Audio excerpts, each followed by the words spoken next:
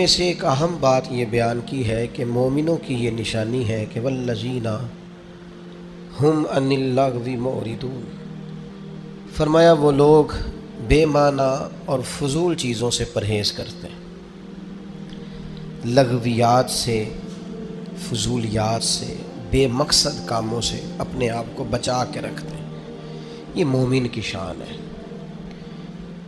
ہر جگہ پہ الجھ جانا، ہر بحث کے اندر حصہ لینا، ہر مقام میں کسی نہ کسی شغل کا شکار رہنا، یہ مومن کی شان نہیں۔ مومن کو اللہ تعالیٰ نے وقار عطا فرمایا ہوتا ہے، اس کو اللہ تبارک و تعالیٰ نے اعزاز سے نوازا ہوتا ہے، کرامت انسانیت کے ساتھ ساتھ خیر امت کا تاج بھی اللہ نے دیا ہوتا ہے۔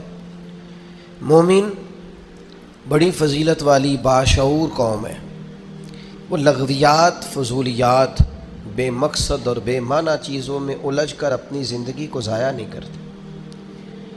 وقت جیسے جیسے گزر رہا ہے، حالات جیسے جیسے بدل رہے ہیں، لہو و لعب کی کثرت ہو رہی ہے، کھیل کود، آنا جانا، گھومنا پھرنا، ان میں ڈھیر سارا وقت مسلمانوں کا ضائع ہوتا ہے۔ اللہ تعالیٰ نے زبردست تخلیقی صلاحیتیں دی ہیں، اللہ تعالیٰ نے شعور کی نعمت دی ہے، کہہ سکتے ہیں، لکھ سکتے ہیں، بول سکتے ہیں، اچھی منصوبہ بندی کر سکتے ہیں، ایک بہترین نظم کے ساتھ بڑی ساری چیزوں کو آگے لے کے جا سکتے ہیں، لیکن الجھے ہوئے ہیں فضول بحثوں میں، الجھے ہوئے ہیں بے معنی اور بے مقصد کاموں میں، لا یعنی طرز زندگی میں۔ دیکھیں، محنت بھی اگر با مقصد نہ ہو وہ بھی فائدہ مند نہیں ہوتی، محنت بھی با مقصد ہو، با معنی ہو، جد و جہد بھی کریں تو وہ بھی مقاصد والی ہو۔ آپ غور کیجئے، یہاں سے فرض کر لیں آپ کہ لاہور آپ گاڑی پہ جاتے ہیں تو آپ کا 5,000 کا 10,000 کا پیٹرول لگتا ہے یا 1,000 2,000 کرایہ لگ جاتا ہے۔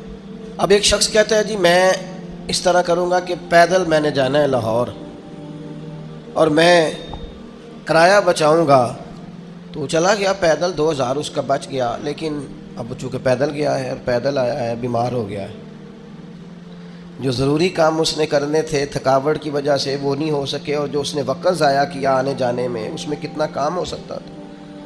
اب اس نے محنت تو کی ہے، لیکن وہ محنت اس نے با مقصد، اچھا ہو سکتا ہے بیمار ہو گیا، خدا نہ خواستہ تو ڈبل پیسے لگ جائیں۔ ہمارے ہاں ملنگ ہوتے ہیں نا، ملنگ اکثر فارغ ہوتے ہیں، کام کوئی، ملنگ ہوتے ہی وہ لوگ ہیں جن کو کام کوئی نہیں ہوتا، تو پیدل جا رہے ہیں داتا صاحب، پیدل جا رہے ہیں وہ حضرت بابا صاحب، تو کہیں نہیں کہا داتا صاحب نے کہ میرے پاس پیدل آنا، داتا صاحب تو خود گھوڑے پہ بیٹھ کے آئے تھے جب اپنے علاقے سے آئے تھے۔ تب یہ کون سا آپ کام کر رہے ہیں جو بے معنی ہے، مبہم ہے، مہمل ہے؟ آپ کون سی ایسی اس میں آپ مجاہدہ بالنفس کر رہے ہیں جس کا کوئی مطلب ہی نہیں ہے؟ یہ تو وہ بات ہوئی کہ کھیت میں دانہ ڈالا نہیں اور ہل چلاتے رہے، اس میں کھاد ڈالتے رہے، اس کو پانی دیتے رہے، لیکن بیج تو ڈالا ہی نہیں۔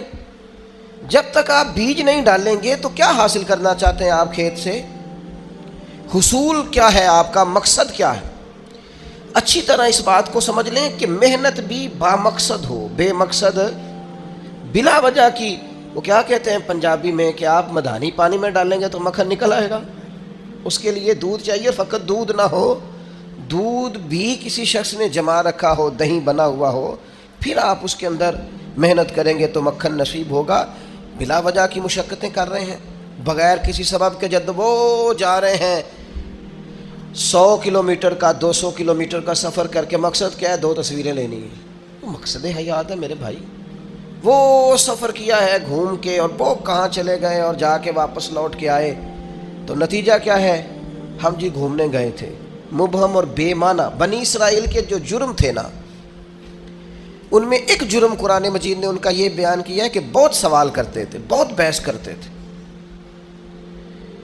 ان کی جن چیزوں کو عبرت بنانے کا اور سبق لینے کا ہمیں کہا گیا ہے، ان میں یہ ہے کہ کثرت اور بے معنی سبق۔ ایک بندہ قتل ہو گیا ہے، حضرت کلیم کی بارگاہ میں وہ آئے ہیں، حضرت کلیم علی نبی نام علیہ الصلاۃ والسلام نے ان سے فرمایا ہے ایک گائے ذبح کرو، مرنے والے کو اس کا کچھ حصہ مارو، مرنے والا اٹھ کے بتا دے گا مجھے کس نے قتل کیا۔ اب انہوں نے پوچھا جی گائے کا رنگ کیسا ہونا چاہیے، عمر کتنی ہونی چاہیے، بوڑھی ہو جوان ہو، اتنے سوال، بے معنی سوال، بے مقصد سوال، بحثیں ہی بحثیں اور الجھاؤ ہی الجھاؤ۔ اور زندگی کے اندر یعنی زمانہ بیت گیا یہ پوچھتے ہوئے کہ جناب عیسیٰ علیہ السلام کی نانی کا نام کیا ہے، حضرت موسیٰ کی والدہ کا نام کیا ہے، یہاں تک کہ ایک صاحب یہ پوچھنے آ گئے کہ بتایا جا سکتا ہے کہ معراج کی رات جو براق گیا تھا اس کا رنگ کیا ہے۔ خدا کے بندو، یہ سوالات آپ کی ضروریات کے سوال ہیں، عجیب نوعیت کے سوال ہیں۔ اور پھر یہ بحثیں جو لوگ چھیڑتے ہیں ان کو لوگ بڑا عظیم آدمی سمجھتے ہیں کہ دیکھو یہ بڑی خاص بات نکال کے لایا ہے۔ اور میں نے یہ داستان سرائی کے منظر حرم شریف میں دیکھے، ایسی بات کو روایت کر دیا جاتا ہے چند پیسے کمانے کے لیے کہ میں زیارتیں کراتا ہوں، وہ ایسی ایسی زیارت بیان کر دیتے ہیں جس کا تصور ہی نہیں ہے سرے سے۔ مجھے ایک صاحب زیارت کرانے کے لیے لے گئے تو کہنے لگے وہ جو نبی کریم علیہ السلام نے ایک مقام پہ فرمایا تھا نا کہ یہ بکری کا بچہ جو مرا ہوا ہے تم بتا سکتے ہو کہ اس کے مالکوں کی نظر میں اس کی کیا قیمت ہے؟ تو صحابہ نے کہا کوئی قیمت ہوتی تو یہاں پھینک دیتے، کوئی قیمت نہیں۔ کہنے لگے وہ جو حدیث اور وہ جو واقعہ ہوا تھا جہاں سرکار نے یہ بیان کیا تھا وہ یہ جگہ تھی، اس کی زیارت کر لیں۔ تو میں نے ان سے پوچھا آپ کو کیسے پتہ یہ جگہ تھی؟ میری بات کی سمجھ آ رہی ہے؟ کیسے پتہ ہے آپ کو؟ کتاب میں بخاری میں حدیث موجود ہے لیکن وہاں تو کوئی تعین نہیں ہے کہ وہ خاص، یہ بعض اوقات یہ ہوتا ہے کہ سرکار فلاں محلے سے گزر رہے تھے، لیکن بھائی نہیں آپ نے تعین کر دیا اور تبدیلی یہ وقت کے ساتھ جگہیں بدل گئیں، حالات بدل گئے، کہیں خالی زمین پر مکانات، آپ نے تعین کیوں کر کے کیا؟ کس وجہ سے کیا؟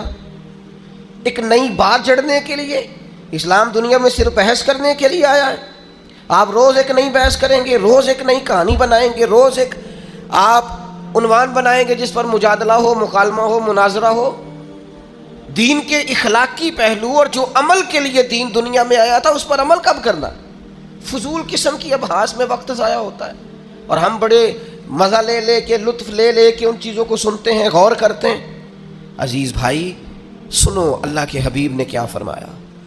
حضور فرمانے لگے خوبصورت مسلمان وہ ہے جو بے مقصد باتوں کو چھوڑ دے، لایانی اور بے مقصد چیزوں کو چھوڑ دے، با مقصد معنی خیز جو اس کی ضرورت کا کام ہے وہ ضرورت کی حد تک اپنے آپ کو وقف رکھیں۔ اور پھر دوسرا، ہم ایک اور کام کے اندر بہت زیادہ شوق رکھتے ہیں، میری ذمہ داری جو ہے میں وہ کام ٹھیک نہیں کرتا لیکن مجھے دوسرے کے کام میں مداخلت کرنے کا بڑا شوق ہے، بجائے اس کے کہ میں اپنا خیال رکھوں کہ جو اللہ تعالیٰ نے میرے اوپر ذمہ داری ڈالی ہے وہ میں کس طرح سے سر انجام دے رہا ہوں، میں دوسروں کا خیال رکھتا ہوں۔ ہمارے استاد صاحب مختلف اساتذہ کی میٹنگ کرتے تو ایک جملہ ان کا مجھے بڑا یاد رہ گیا، وہ کہنے لگے مہربانی کیجیے گا اپنی اپنی کلاس کا خیال رکھیے گا، دوسروں کی کلاسوں کا خیال وہ ان کی ذمہ داری ہے، ان کی ثواب دید ہے جو استاد اس کلاس کو پڑھاتے ہیں۔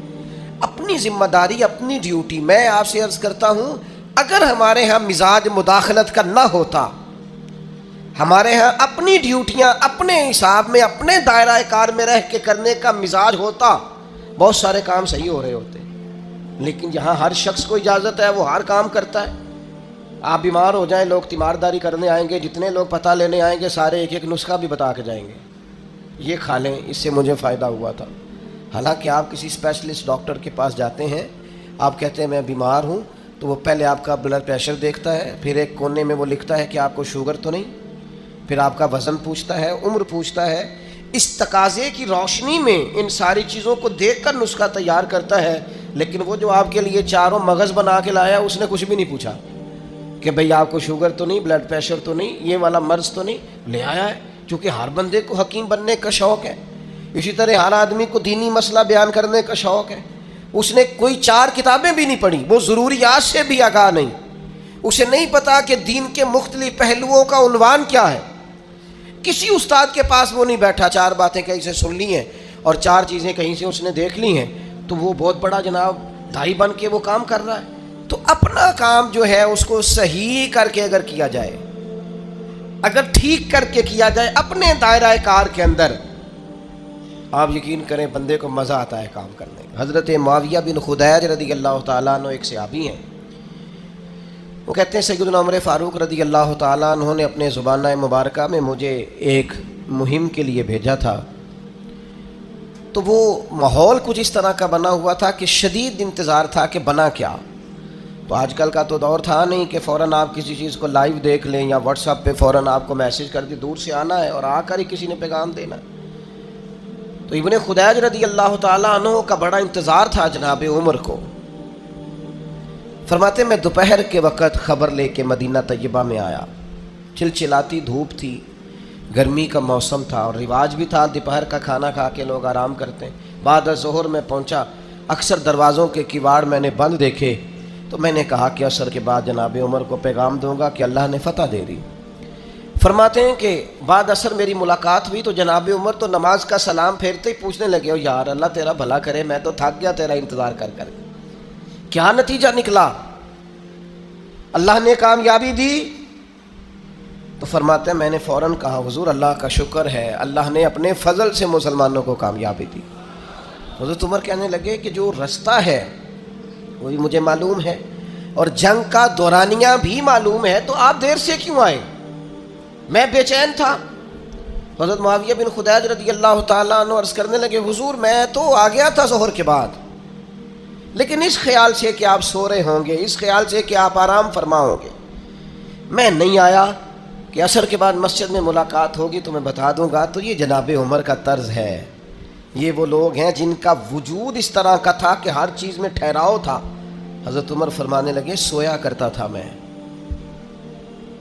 لیکن امیر المومنین بننے سے پہلے تم دوپہر کی بات کرتے ہو، میں تو احساس ذمہ داری کے بوجھ میں اتنا دبا ہوں کہ رات کو بھی جی بھر کے نہیں سو پاتا۔ میں سمجھتا ہوں میری ڈیوٹیاں ہیں، مجھے ڈیوٹیاں کرنی چاہیے، اپنی ذمہ داری کو مجھے صحیح طریقے سے سر انجام دینا چاہیے، مجھے اپنا کام وقت پر کرنا چاہیے۔ تو ہم کیا کرتے ہیں؟ لغویات میں وقت ضائع کرتے ہیں، بے معنی بے مقصد مبہم کاموں میں۔ ہماری ضرورت کے کام پڑے ہوئے ہیں، گھر والے آوازیں دے رہے ہیں، یہ کام کرانے والا ہے، یہ ڈیوٹی کرنے والی ہے۔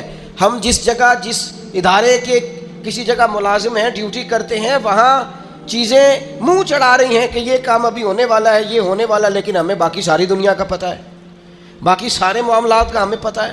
ہم نے اپنی ڈیوٹی صحیح کرنی۔ حضرت سعد بن ابی وقاص رضی اللہ تعالیٰ عنہ کو جناب عمر نے بلا کے کہا میرا دل کرتا ہے آپ ایک صوبے کے گورنر بن جائیں۔ تو حضرت سعد بن ابی وقاص کہنے لگے حضور کوئی میدان والا کام بتائیں، کوئی تلوار والا کام بتائیں، مجھے وہ کام بتائیں کہ میں دشمن کے مقابلے میں ڈٹ جاؤں اور میں کسی غزوے میں نکلوں، جہاد پہ نکلوں اور میں فوج کی سپہ سالاری کروں۔ یہ بیٹھ کر کام کرنا اور حکومت کرنا یہ میرے بس کی بات نہیں، ہم تو گھوڑوں پہ رہنے والے لوگ ہیں۔ شہاب الدین محمد غوری، اللہ نے اس شخص کا وجود پاکستان کو عطا کیا۔ کسی نے ان سے کہا غوری صاحب ملاقات کرنی ہو تو کہاں ملیں گے؟ فرمانے لگے ہم نے کہاں ملنا ہے، ہم تو گھوڑوں کی پشت پہ ہوتے ہیں، اگر کبھی گھوڑے کی پشت پہ ملنا ہوا تو ملاقات کر لینا۔ زندگی ایک سفر ہے، ہم اپنی ڈیوٹی کر رہے ہیں، ہم کسی اور کام میں الجھنا نہیں چاہتے، ہمارا ایک مشن ہے، ہمارا آنے کا ایک مقصد ہے، ہمیں کوئی شخص الجھانے کی کوشش نہ کرے، ہم اپنا سفر کر رہے ہیں، اپنی ڈیوٹی کر رہے ہیں، ہم اپنی ذمہ داریاں ادا کر رہے ہیں۔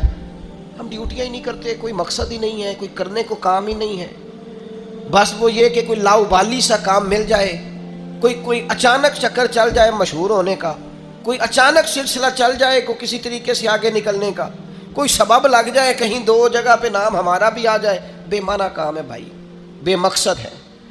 پہلے بھی کہہ چکا ہوں، پھر کہتا ہوں، آپ کسی بڑے آدمی کے ساتھ، سیاستدان کے ساتھ، لیڈر کے ساتھ آپ نے فوٹو کھچا بھی لی، تو جب اس کو آپ کا نام ہی نہیں آتا، جب وہ آپ کو جانتا ہی نہیں، مقصد کیا رہا؟ فائدہ اس ماڑے بندے کے ساتھ فوٹو نہ کھنچوائیں جس سے جب بھی بات کریں وہ اسی وقت ہمارے لیے موجود ہو، اس کے ساتھ نہ وقت گزاریں جس کے ساتھ ہم سمجھیں کہ ٹائم گزر سکتا ہے۔ کیوں اس طرح کا لاؤبالی پن دکھاتے ہیں جس سے محسوس ہو کہ ہم شاید کسی احساس کے تلے دبے ہوئے ہیں؟ مقصد کام، جدوجہد، خدمت، ڈیوٹی۔ امام محمد مالک رحمۃ اللہ علیہ شدید علیل ہو گئے تھے، سخت علیل تھے، خبر پھیل گئی کہ اب ان کی صحت جو ہے وہ زیادہ نڈھال ہو گئی ہے، اب کمزوری بڑی بڑھ گئی ہے، مشکل ہو جائے گا۔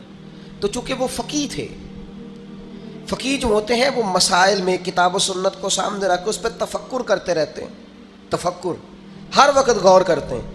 آج کل کے لوگ نہیں ہماری طرح کے جو ویوز چیک کرتے رہتے ہیں کہ بھلا کتنے ہو گئے، جو اس چکر میں پڑے رہتے ہیں کہ لائکس کتنے ہو گئے اور کمنٹس کتنے آ گئے۔ مطلب وہ یہ لوگ نہیں تھے۔ فقاہت، دین کو سمجھنا، تدبر کرنا کہ نیا مسئلہ درپیش ہوا ہے، لوگوں نے مسئلہ پوچھا ہے تو اس کو کیسے حل کرنا ہے، اس پر غور کرنا قرآن و حدیث کو سامنے رکھ کر۔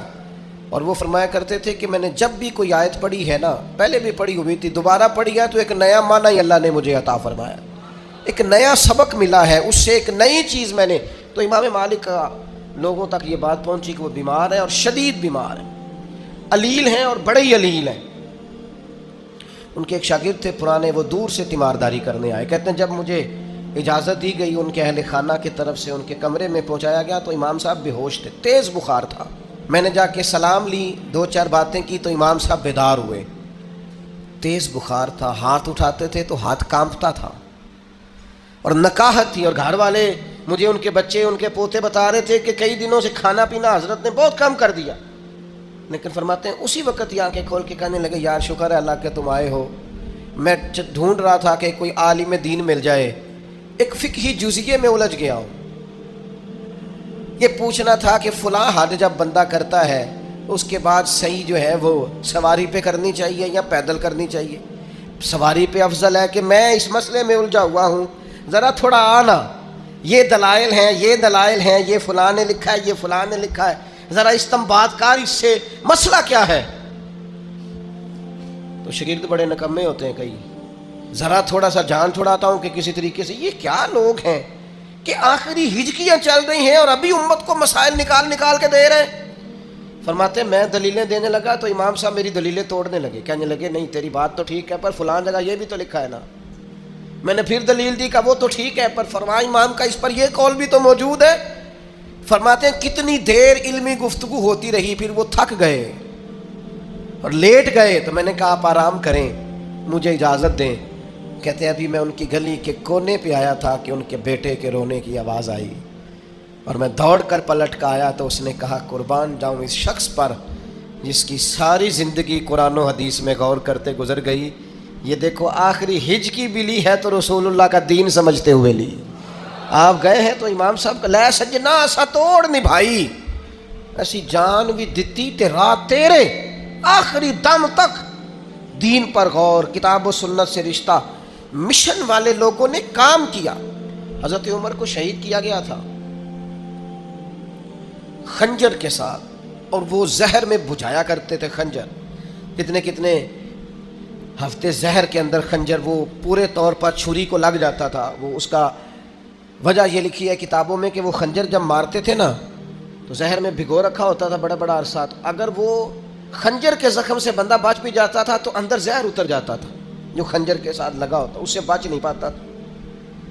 تو شدید زخمی ہیں جناب فاروق اعظم، خون بہہ گیا اور طبیعت اتنی تکلیف میں ہے کہ آزمائش میں ہے جناب عمر فاروق۔ قریب سے ایک شخص گزرا حضرت عمر کے، تو اس کی شلوار جو تھی وہ ٹخنوں سے نیچی تھی، کمزوری ہے، نکاہت ہے اور آخری وقت ہے، زخم لگ گیا ہے۔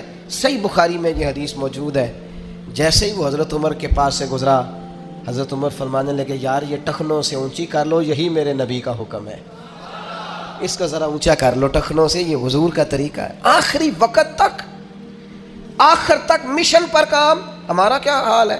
وہی فضولیات، وہی بے مقصد باتیں، یہ ایسی ویڈیوز جو ویسے ہی مطلب سنجیدہ آدمی کو نہیں دیکھنی چاہیے وہ بھی دیکھی جا رہی ہیں، ایسی چیزیں جو اگر ہم چھوڑ دیں نا، کچھ لوگوں کو صرف ہم چھوڑ دیں ویسے ٹھیک ہو جائیں، لیکن ہمارا مزاج ہی بڑا عجیب و غریب بن گیا۔ ہر فضول کام میں، ہر فضول بحث کے اندر ہم الجھے بیٹھے، ہر جگہ ہم نے الجھاؤ پیدا کیا ہوا ہے۔ ہر شخص جو ہے وہ بات تھوڑے دن پہلے مجھے ایک صاحب نے روکا دیا، میں لاہور میں کسی محفل میں تھا، کہا فلاں صحابی کے بارے میں فلاں آدمی نے یہ کہا ہے، تو میں نے کہا اس کی تو اوقات ہی نہیں بنتی، وہ صحابہ کا نام لے، یہ میرے رسول اللہ کے صحابہ ہیں، اس کی حیثیت ہے وہ حضور کے صحابہ کو ڈسکس کرے؟ ساری امت کے اولیاء، صوفیاء، محدثین، مفسرین، سارا علم، ساری فقاہت، ساری سمجھ، اپنی ساری خدمت دین اور پھر اپنی ساری عبادتیں، ریاضتیں، تقوی، پرہیزگاریاں اکٹھی کر لیں تو کسی صحابی کے قدموں کی خاک تک نہیں پہنچ سکتے. یہ کہ تو بات کرے گا صحابہ پہ اپنی حیثیت کے مطابق، اور پھر ہم کو اتنے فارغ ہیں کہ تیرا جواب دیتے پھریں. میں ایسے لوگوں کو قابل جواب نہیں سمجھتا، قابل رحم سمجھتا ہوں. قابل رحم لوگ ہیں آپ اب اس حیثیت سے بات کریں گے.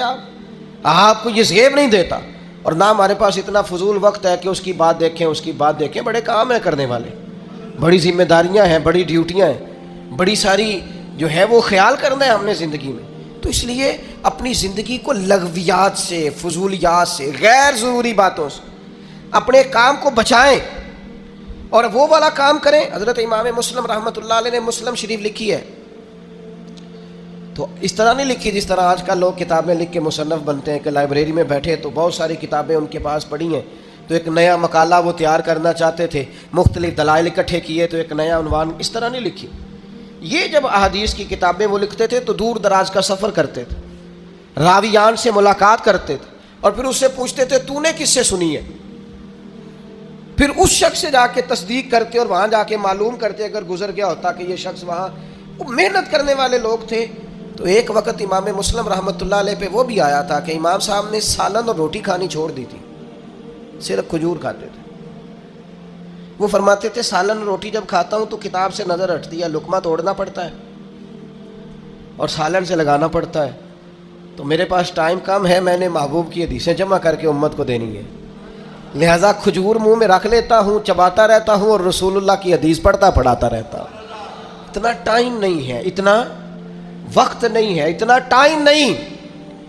میں نے اپنی زندگی میں وہ اساتذہ دیکھے ہیں، اپنی زندگی میں جنہیں دین پڑھانے کا اتنا شوق تھا کہ طالب علم آیا ہے، اس نے کہا جی میرا پڑھنے کا شوق ہے پر میں مزدور ہوں، کام کرتا ہوں، تو میں پڑھنا بھی چاہتا ہوں تو کس وقت آ جاؤں؟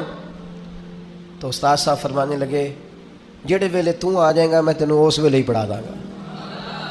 ایک میں نے شاگرد ایسا بھی دیکھا جس نے کہا جی مجھے منڈی جانا ہوتا ہے صبح صبح اور فجر کے بعد میں چلا جاتا ہوں، تو انہوں نے کہا فجر سے 1 گھنٹہ پہلے آ جانا، تیری وجہ سے اٹھ کے میں تہجد کے نفل بھی پڑھ لیا کروں. وہ کہتا ہے 3 سال استاد صاحب تہجد کے وقت بھی پڑھاتے رہے، مشن تھا نا، کوئی کام کرنا تھا نا. لیکن جن لوگوں کے ذمہ کام ہی کوئی نہیں، ڈیوٹی کوئی نہیں، کوئی احساس ذمہ داری نہیں ہے، کوئی کچھ نہیں کرتے، وہ تو کیا ان سے کلام کیا جائے، کیا ان کو سمجھایا جائے؟ وہ وقت ضائع کرتے ہیں، اپنا بھی کرتے ہیں، دوسروں کا بھی. میں کم از کم کوئی بہت بڑا آدمی نہیں ہوں، لیکن مجھے کوئی دوست آ کے کہتا ہے نا اگر کہ میں بور ہوتا ہوں تو میں اسے کہتا ہوں یار بور ہونے کے لیے بھی تو ٹائم چاہیے، ہمیں تو وہ بھی نہیں ملتا. بور کیسے ہو؟ کوئی مطلب بندہ فارغ بیٹھتا ہے تو بور ہوتا ہے نا، تو اب وہ مطلب بیٹھیں گے تو بور ہوں گے، اب پتہ نہیں کیوں بور ہوتے ہیں. کوئی کام کریں، خود بخود معاملہ ٹھیک. حضرت حکیم الامت مفتی احمد یار خان صاحب رحمۃ اللہ علیہ کے حالات میں لکھا ہے کہ حضرت ٹائم کے پابند تھے، اتنا کام کر گئے، اتنا لکھ گئے. وہ تو وہ مفتی صاحب سے کچھ شخص ملنے آتا تھا، فرماتے کیسے آئے ہو؟ کہتا حضور زیارت کرنے آیا تھا. تو فرمانے لگے وہ تو ہو گئی، اب جاؤ مجھے بھی کوئی کام کرنے دو، تم بھی کوئی کام کرو. زیارت کرنی تھی نا، زیارت کا مطلب کیا ہے؟ تو دیکھ لیا، ٹھیک ہو گیا، کام ختم ہو گیا، اب جاؤ تم بھی کوئی کام کرو، مجھے بھی کوئی. اور کچھ شخص مسئلہ پوچھنے آتا، تو ہمارے ہاں لوگ مسئلہ پوچھتے ہیں تو مسئلہ پوچھتے نہیں، وہ مفتی صاحب کو مسئلہ سمجھانے لگ جاتے ہیں. دیکھو نا جی پھر انج بھی تو ہوتا ہے نا، اب دیکھو نا جی بیوی نے غصہ بھی تو دلایا تھا نا، اب دیکھو نا جی وہ میری اماں کے بارے میں بات کرے تو اب میں طلاق نہ دوں، تو پھر اس نے مجھے کہا جی پیو دا ہے تو دے مینوں طلاق. تب دیکھو نا اتنا غصہ بندے کو آ جائے. تو ہم کہتے ہیں مسئلہ پوچھیں، اب مسئلہ سمجھائیں تو نا تو سمجھا رہے ہیں. تو وہ کیا کرتے ہیں، وہ کہتے ہیں یار تو نا مجھے تفصیل نہ بتا، مجھ سے پوچھنے کیا آیا، وہ لفظ بول، جملہ وہ میں نے کام پڑھا کرنا. قرآن مجید کے 1 پارے کی 1 جلد لکھی، تفسیر کی انہوں نے، اور صدیاں بیتنے کو ہیں، ان کی تفسیر لاجواب ہے. کام کیا زندگی میں، جو کام کرے گا وہ ادھر ادھر الجھے گا، کوئی اس نے تو ڈیوٹی کرنی ہے. مبہم اور فضول باتیں، جس کو ہم نے استاد مان لیا ہے، جسے ہم نے بزرگ مان لیا ہے، پھر اس سے سوال بھی پوچھو تو کوئی معیار کا سوال پوچھو. جسے ہم نے اتنا بڑا مقام دیا ہے کہ ہمارا شیخ ہے، اس کے ساتھ کلام بھی کرو تو غیر معیاری تو نہ کرو. اس کے ساتھ تمہاری گفتگو بھی ہو تو اس کا بھی سٹیٹس ہو، اس کا بھی کوئی انداز ہو، اس کا بھی کوئی لہجہ ہو. صحابہ جب رسول پاک سے بات کرتے تھے تو ان کے جملے دھلے ہوئے، ان کے لہجے خوشبو والے، ان کے مزاجوں کا ٹھہراؤ، ان کی طبیعت کا حسن، بات کرتے تھے رنگ بدل دیتے تھے بات کا۔ دیکھیے نا حضرت انس نے، لوگوں بھی سوال پوچھتے ہیں، حضرت انس نے آ کے سوال پوچھا ہے، سب لوگ پوچھتے ہیں قیامت میں کیا ہوگا، قبر میں کیا ہوگا، دروازے بند ہوں گے، سب لوگ قیامت کے بارے۔ حضرت انس کا سوال دیکھو، سوال کا حسن دیکھو، اس حسن میں تڑپ دیکھو، تڑپ میں ذوق دیکھو، اور اس ذوق پر پھر جو نتیجہ نکلا ہے، ساری امت فیض یاب ہوئی۔ قبر میں گھٹن ہے، اس پر بھی سوال پوچھا جا سکتا ہے، پل صراط پہ تکلیف ہے، بات پوچھی جا سکتی ہے، قیامت میں اللہ کے حضور کھڑے ہونے ہے، وہ جو خوف ہے پوچھا جا سکتا ہے۔ حضرت انس کے لہجے میں جو غلامانہ